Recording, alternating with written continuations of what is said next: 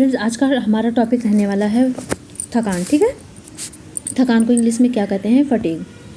क्या कहते हैं? फटीग। आप लोग थकान से बहुत अच्छे से परिचित होंगे, ठीक है, कि थकान क्या होती है। थकान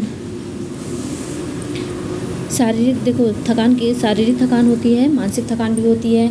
हम लोग स्टूडेंट लाइफ में जी रहे हैं ना, तो हम लोग थकान से बहुत अच्छे से परिचित हैं। हमको शारीरिक थकान भी काफ़ी हो जाती है और मानसिक थकान भी काफ़ी हो जाती है। ठीक, तो हम सबसे पहले देखते हैं कि थकान उत्पन्न होने के कितने कारण होते हैं। थकान उत्पन्न होने के कितने कारण होते हैं? 2 कारण होते हैं। पहला कारण है बाहरी थकान, दूसरा कारण है आंतरिक थकान। ठीक है, कितने कारण होते हैं? 2। पहला है शारीरिक थकान, माफ़ कीजिएगा, पहला है क्या यहाँ पे? बाहरी थकान, और दूसरा क्या है? आंतरिक थकान। अब हम देखते हैं थकान के प्रकार। थकान के कितने प्रकार बताए गए हैं? 2 प्रकार बताए गए हैं। पहला है शारीरिक थकान और दूसरा क्या है? मनोवैज्ञानिक थकान, या फिर हम इसे ही कहते हैं मानसिक थकान। ठीक, मानसिक थकान को और किस नाम से जानते हैं? साइकोलॉजिकल फटीग भी कहते हैं। ठीक है, तो शारीरिक थकान कैसे होती है देखते हैं हम अभी। देखो, शारीरिक थकान, पहला हेडिंग क्या है? शारीरिक थकान। लैक्टिक एसिड की उपस्थिति के कारण क्या होती है? शारीरिक थकान होती है। टीजीटी 2021 का क्वेश्चन यही था कि शारीरिक थकान किस कारण होती है। तो किस कारण होती है? लैक्टिक एसिड की उपस्थिति के कारण होती है। जब हमारे मांसपेशियों में लैक्टिक एसिड की उपस्थिति होती है और ऑक्सीजन की कमी होने लगती है, ठीक है, तब मांसपेशियों में दर्द होता है, खिंचाव होता है। ठीक, इसके कारण होता है लैक्टिक एसिड की उपस्थिति के कारण। देखो यहाँ पे लिखा है कि लैक्टिक एसिड का ऑक्सीकरण कब होता है? ऑक्सीजन की उपस्थिति में होता है। ठीक है, तो लैक्टिक एसिड ऑक्सीजन की उपस्थिति में टूटता है। किसकी उपस्थिति में? ऑक्सीजन की उपस्थिति में लैक्टिक एसिड टूटता है। देखो, पहले एक बार ये पूछा गया था ना कि शारीरिक थकान किस कारण होती है, तो लैक्टिक एसिड की उपस्थिति के कारण होती है। तो अगली बार ये भी तो पूछ सकता है ना कि अर्गोमीटर का क्या यूज होता है। तो मांसपेशियों की थकान को मापने के लिए किस यंत्र का यूज करते हैं? अर्गोमीटर का यूज करते हैं। ठीक है, दूसरा है हमारा मनोवैज्ञानिक थकान। कौन सा थकान है? मनोवैज्ञानिक थकान। ठीक है, मनोवैज्ञानिक थकान को हम क्या कहते हैं? इस मनोवैज्ञानिक थकान को ही हम मानसिक थकान कहते हैं, या फिर हम क्या कहते हैं? साइकोलॉजिकल फटीग कहते हैं। देखो, साइकोलॉजिकल फटीग कितनी प्रकार की होती है? 2 प्रकार की होती है। एक नीरस थकान, पहला क्या है? नीरस थकान। इसको किस नाम से क्या जानते हैं? बोर्डम फटीग भी इसी को कहते हैं। दूसरा क्या है? कुंठाजनित थकान, जिसको हम कहते हैं फ्रस्ट्रेट फटीग। ठीक, तो अब हम दोनों को देखते हैं। तो देखो यहाँ पे जो है शारीरिक थकान, पहले हम देखते हैं कि लगातार एक ही कार्य करने से जो है शारीरिक थकान, माफ़ कीजिएगा, यहाँ पे हम नीरस थकान देखने हैं। लगातार एक ही कार्य करने से नीरस थकान होती है। आप ही लोग भी ये बोलते होंगे ना कि मतलब अगर हम कोई एक सब्जेक्ट पढ़ते हैं तो हमको बोरियत होती है, नीरसता आने, उबन लगने लगती है। जैसे आप लोग करते हैं ना कि कोई भी मतलब 2 सब्जेक्ट को लेके अपने इंटरेस्ट के अकॉर्डिंग पढ़ाई करते हैं, तो आपको जो है वो सब्जेक्ट इंटरेस्टेड लगता है। लेकिन जब हम एक ही सब्जेक्ट को लेके पढ़ाई करते हैं और वो सब्जेक्ट इंटरेस्टेड नहीं होता है या फिर कठिन होता है, तो हमको क्या नीरसता आने लगती है ना, बहुत जल्दी नींद आने लगती है, मन नहीं करता है पढ़ने का। तो मतलब देखो, कह रहा है कि लगातार एक ही कार्य करने से नीरस थकान होती है। इसमें व्यक्ति की कार्यक्षमता तो प्रभावित नहीं होती है। ठीक है, इसके लक्षण क्या होते हैं?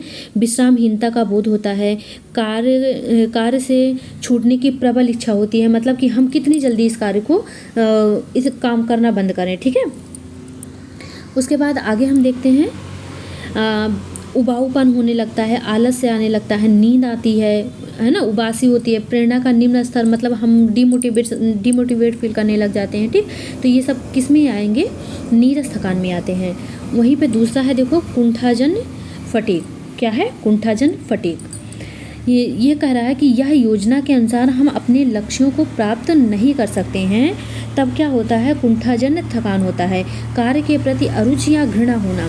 ठीक है, जैसे अभी हम कोई एग्ज़ाम देते हैं बार बार और हम उसमें जो है असफल होने लगते हैं, तो फिर एक टाइम ऐसा आता है कि छोड़ो, मुझसे हो ही नहीं रहा है, मतलब कुछ टाइम के लिए ऐसा लगता है कि हमको छोड़ देना चाहिए, नहीं करना चाहिए बिल्कुल भी।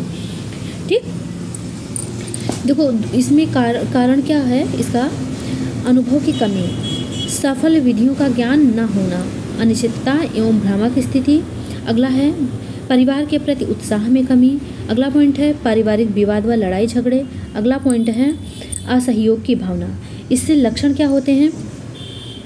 सुस्ती आने लगती है। क्या होता है? सुस्ती आती है, आलस आता है, शरीर जो है कैसा शिथिल हो जाता है, कार्य करने की इच्छा नहीं होती है, इसमें प्रेरणा की कमी होने लगती है, मतलब हम डिमोटिवेट होने लगते हैं, कार्य क्षमता में कमी आती है, एकाग्रता में कमी आने लगती है। ठीक है, देखो जो साइकोलॉजिकल फटीग होती है वो जल्दी से किसी व्यक्ति को होती नहीं है। अगर किसी व्यक्ति को हो जाती है मानसिक थकान तो उससे उबर पाना बहुत ही मुश्किल होता है। ठीक, आगे हम देखते हैं थकान को दूर करने के उपाय। थकान को हम कैसे कैसे दूर कर सकते हैं? देखो, सबसे पहले हम क्या करेंगे, कार्य को छोटे छोटे हिस्सों में बांट कर करेंगे। जैसे हम अपनी पढ़ाई करते हैं तो हमको किसी सब्जेक्ट को लेकर बोरियत होने लगती है, तो जैसे ही हमको उस सब्जेक्ट के प्रति बोरियत होने लगती है हम दूसरा सब्जेक्ट पढ़ने लगते हैं जिसमें हमको इंटरेस्ट होता है। ठीक है, तो हम क्या करते हैं, उसको छोटे छोटे टुकड़ों में बांट के पढ़ते हैं। ठीक है, तो हमको बोरियत भी नहीं होती है और हमारा काम भी पूरा हो जाता है। और उसके बाद विश्राम काल, प्रेरणा की भूमिका। अगला पॉइंट है कार्य में परिवर्तन करके। अगला पॉइंट है समय, शक्ति या बचत के उपकरणों का प्रयोग करना। उचित शारीरिक स्थिति का प्रयोग करना। कार्य के प्रति रुचि जागृत करना, कौशल जागृत करना। ठीक है, रुचिपूर्ण कार्य करना, कार्य में बदलाव करके करना। ठीक, ये सब क्या होती हैं, थकान दूर करने के उपाय होते हैं। ठीक, अगला है सख्त योजना बनाते समय ध्यान रखने योग्य बातें। मतलब एनर्जी मैनेजमेंट हम अगर कर रहे हैं तो हमको किन किन बातों का ध्यान रखना चाहिए?